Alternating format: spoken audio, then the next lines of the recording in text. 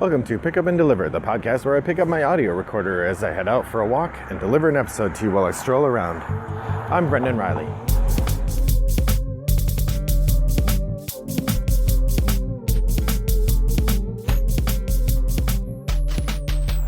Well, good morning, listeners. It's a lovely day here in suburban Chicago.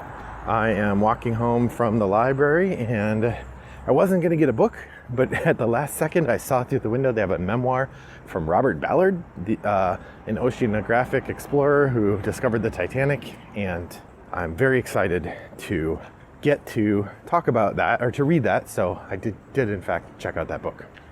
So I thought I'd give you a little peek behind the curtain today about how this podcast is made. Most of the time I plan this podcast just a little. Usually I'll write out a Post-it or on a scrap of paper, or in the days of my commute, I would write out on paper my plan for recording the podcast, and then I would record it on my walk. Occasionally, I will have an idea for a podcast that I will record with very little prep at all, which is what I'm doing today. So if you'll forgive me for a slightly disorganized discussion, I thought I would talk a little bit today about games that have tracks. So let's start with a definition. What do I mean by tracks? I'm not talking about railroad games. No, I'm talking about games where a significant aspect of playing the game is monitoring and advancing your marker on some sort of progress track, and that progress track then benefits you in some other way in the game. For example, what would be an easy example of that? The Harry Potter House Cup Challenge. Each player has 4 skills, and you advance yourself on those skills through a variety of interactions. As you do so, your character becomes more powerful, and they're more capable of interacting with other complex elements of the game. Thus, you've advanced on those tracks. What I want to talk about today is which games I have and have played that I enjoy with tracks, what are the circumstances where I enjoy those tracks, and what makes me like them or not. I think I'm probably going to end up drawing a close connection between games with tracks and a couple other games as well. So we'll see where connections lie. So to start with, what's the first game that I remember playing that had tracks like this? It might be Orleans. If you haven't played Orleans, it is a bag building game where you are assembling a collection of workers who will help you with setting up your medieval town. You start the game with a variety of workers who can do a variety of things, different types, but you have a small variety of them. As the game goes along, you accumulate more and more of them, and you use them to do a variety of things. With each worker that you accumulate, you're able to accomplish certain things on the board, but there's also a really interesting element where you're also advancing along this track. So each time you get a worker of a certain type, you advance your marker along the track that associates with that worker. And often being the furthest person up the track, or the first one to pass a certain point, has a payout of some sort. But then there's also elements in which you gain bonuses based on those advancements. So like for instance, the scholar track, you gain points based on advancing up the scholar track. You sometimes will gain patrons, which amplify your score at the end. But then you also gain this score multiplier for advancing up that track.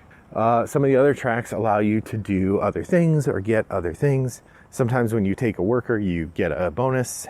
There are a bunch of different tracks. However, all of these tracks are in service of other things you're doing on the game, right? You have a merchant cart that's driving around the region, the Orleans region, acquiring goods for you to sell. You have this village where you're actually using to get more people and advance up these tracks, but then you also send those people to the town hall where you get bonuses for sending those people. It also lets you filter down your bags so that you have a better chance of drawing the people that you want.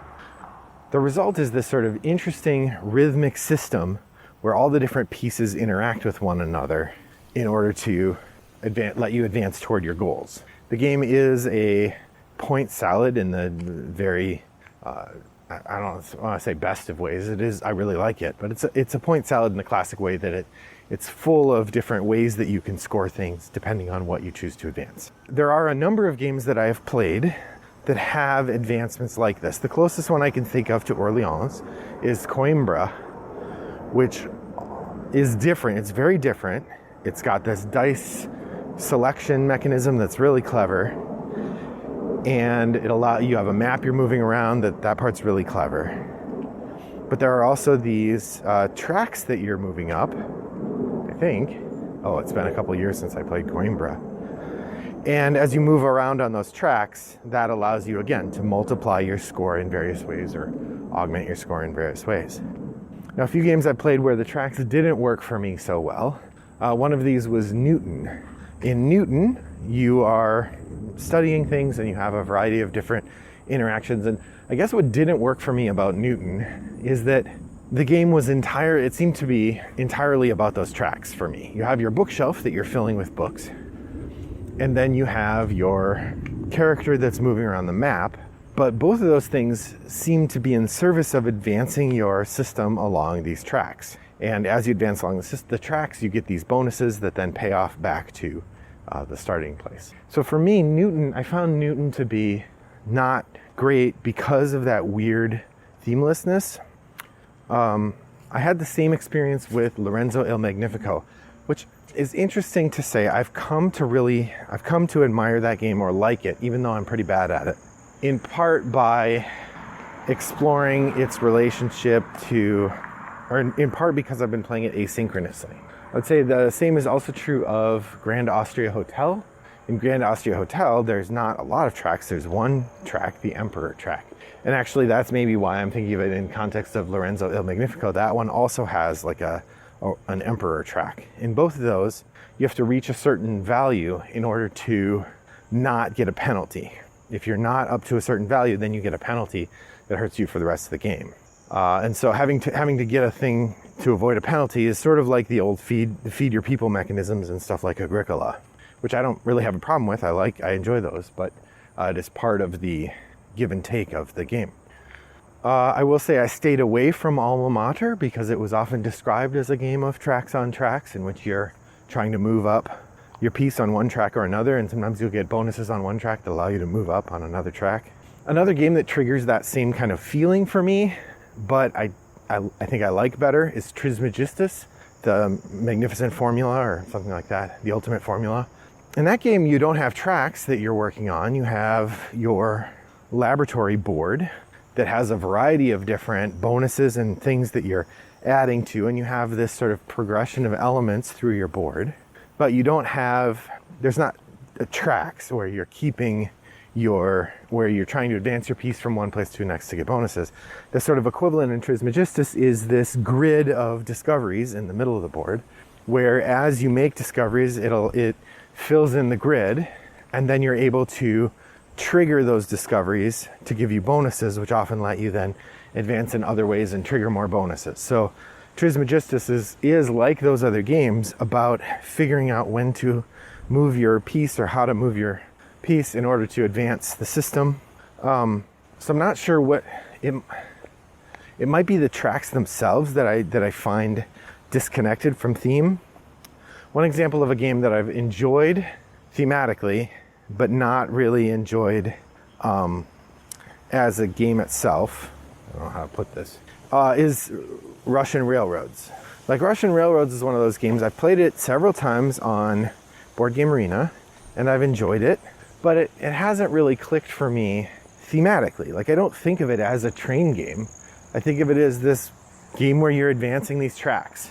And your goal is to maximize the pattern that you use to advance the tracks in a way that will get you the most points. But it doesn't feel robust to me. It doesn't feel deep as a theme. It doesn't feel like I'm doing any kind of railroading. In fact, I legitimately don't understand what the different aspects of the game mean. Like when you're advancing, so there are these different colored track tokens, and each one scores in different ways, and you can advance them, but like, to advance the gray one, you have to have the black one already further up the track, and then there's a brown one, and then a cream-colored one that each follow each other. In order to advance one, you have to have advanced the previous one. But I don't really understand what that's supposed to mean narratively. I'm sure it's in the rule book. It's one of the downsides to learning the game online rather than in person. But like Russian Railroads is a tracks on tracks game. That's all you're doing. So you're advancing your marker on these different tracks. There's another version of that called, I think it's called Orient Express or something like that. And that one feels similar to Russian Railroads. It's in fact the same designer. The tracks are slightly different, but you're advancing along these multiple tracks and trying to maximize your score as you accumulate different bonuses. So the last game I want to talk about that has this element is Lost Ruins of Arnac. I've mentioned that a couple times. Like I said, I don't recall if I have done even a first impressions discussion of it yet. But this is a game that is it's partly a deck builder, partly worker placement, and partly this tracks on tracks thing. In this game, there's this research track, and you have two markers that move up it. One always has to stay ahead of the other. You have your research your research magnifying glass, and you have your journal. And the magnifying glass always has to be ahead of the journal. You can move both, but this is again a game of these cascading bonuses where you're going to get bonuses by moving things around or using things to trigger other bonuses. You get cards that allow you to have bonuses, but then those cards then pay off sometimes immediately, sometimes later. There's points scattered throughout. Every time you advance your marker, you get a bonus of some sort. And so there's an element of, well, if I play this card, that lets me advance this to here, which gives me this bonus, which I'll be able to use to buy that card. That card gives me a bonus. If the bonus pays off right, then I can take one more action or move one more card. It's very much a game about finding those efficiencies. And it's cloaked in this really nice artwork and really dramatic narrative story, even if it's kind of silly. And that one I really enjoy. So what is it about Orleans, the dry medieval market game, that I enjoy? Lost Ruins of Arnac, which I really enjoy, and Coimbra, which I really enjoy, but makes me a little short on Lorenzo Il Magnifico, makes me a little short on Russian Railroads, makes me a little short on Newton. How come those games, which also have these tracks that you're trying to move up, are less compelling to me? I mean, one thing I noticed as I think about it, Lorenzo Il Magnifico and Newton are both games that I learned by being taught by other people. I'm not blaming those people, but I wonder if, when you're being taught a game by someone else, you hear maybe 5, 10, 15 minutes of explanation, and then you play the game. So you really have to, in that explanation, really understand how all the pieces fit together. When I learn a game myself to teach other people, I have to understand the game at a fundamental level much deeper than I would if I were just if I'm being taught it by someone else, because I have to be able to explain, I have to answer questions if they ask, I have to understand how it works so that I can teach it well. And so maybe one of the things I'm learning here is that for a certain kind of complex game, I am going to enjoy it much more if I took time to read the rulebook myself before I played the game. That is a fascinating thing to discover about myself as I'm talking here, and frankly a little worrying, because I like to learn games from people and I like to be able to sit down to a game at the table. But maybe one of the lessons for me to draw here is that for a certain kind of game, I should not let my first impressions rule my understanding of that game if I didn't read the rule book first. Fascinating. Complicated, but fascinating. All right, listeners, what do you think about games where there's lots of tracks? We're supposed to keep track. I didn't even talk about Tapestry. I haven't played Tapestry yet, but one of the things that kept me away from it is every time I look at it, I'm like, oh man, it's just a bunch of tracks. So what makes you like or dislike games with tracks? Do you have a favorite? Head over to Board Game Geek Guild 3269 and let us know in the comments. You can also send a direct message to me, Wombat929 on Board Game Geek. You can email me, Brendan@Rattlebox or you can seek me out on any of the asynchronous gaming platforms, Boîte à Jeux, Board Game Arena, or Yucata.de. Additionally, I am pleased to mention I've lately been posting videos on TikTok in which I talk about board games. I know you're surprised. And I use the username Wombat929. Now you're even more surprised. So seek me out there if you like as well. If you enjoy this podcast, please do consider giving it a review or telling a friend about it so that we can have more people join our casual walks together. Thanks for joining me on my walk today. I hope that your next walk is as pleasant as mine was. Bye-bye.